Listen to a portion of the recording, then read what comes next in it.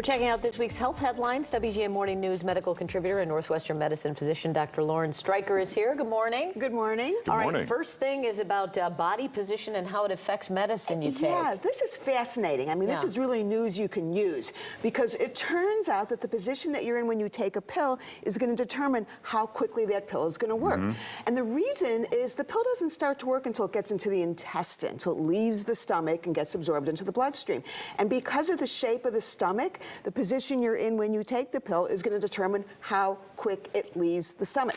So, for example, if you are lying on your left side, that's the worst. It takes the longest time. If you're standing straight up, I always thought, boy, stand straight up, that's going to help. No, that's in the middle. By far the best position to take a pill is lying on your right side.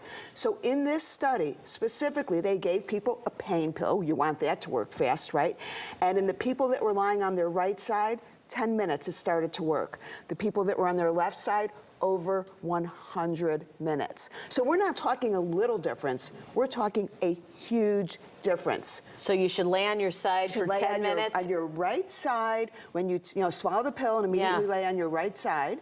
Wow. And you will get a quicker onset of action. And for some pills, it doesn't matter, but when you're talking a pain pill, when people come to the office for a procedure, I say, okay, maybe you should take a pill, some ibuprofen or something about 30 minutes before. Well, this is going to change what I tell people. Wow. I'm going to say, take the pill, lay on your right side, and then we'll do the procedure. Interesting. Yeah. All right, a warning about medical cannabis for chronic pain. A lot of doctors who treat chronic pain patients, whether it's back pain, musculoskeletal pain, neurologic pain, are prescribing medical cannabis, which of course has a lot of advantages over prescribing narcotics long term. And in general, for most folks, this is a safe thing to do, but we are starting to do some studies to see if there are any medical issues. So in this group of 5,000 people, average age of 60, so we're looking a little bit older population, they were given medical cannabis for relief of chronic pain, and there was a significant increased risk of having a cardiac arrhythmia. And most important, these were not people that had a history of arrhythmia or who had a cardiac condition.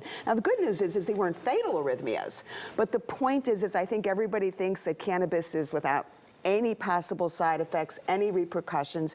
And as it's being used more medically, we're learning more about the possible side effects. All right, and a new study on foot massages. I hope there's video. This is the best study ever. This totally made my day. Oh, here we go. This is a really good one because it turns out that if you look at the most common issues that postmenopause women have, it is sleep, anxiety, and fatigue because they're not getting any sleep. And in fact, 1/3 of women over the age of 50, that is one of their major complaints. So in this study, all of these postmenopausal women were given a daily foot massage, 20 minutes, 10 minutes on each foot, squeezing, rubbing, massaging, and they slept an average of an hour more every night and had a significant decrease in fatigue. I mean, how great is this? This is Could the video please stop? You do a foot thing? Yes. I did not know that. Fortunately, my husband does not, and he gives me the best foot massages ever. But I would encourage everyone who has any issues at all with, they've done a lot of this in premenopause women, honestly, and it's about reflexology, and there is something to it. But this is the first study that specifically looks at postmenopause women, which are the people that are most likely to have those symptoms. So it's really something that, get your partners to squeeze and massage your feet. Stop 20 minutes a day. Would you stop, right? please? I always thought your husband was a learned prevert. something new about you, Robin. I had no idea. She's like, just when I thought you were the weirdest person, you're even weirder than I thought. Well, all I can say is you're missing out because there's nothing better than a good foot massage. Just add it to the list. Add it to the list. Check out Dr. Streicher on social media. Thanks for being here. Time now for Round Top.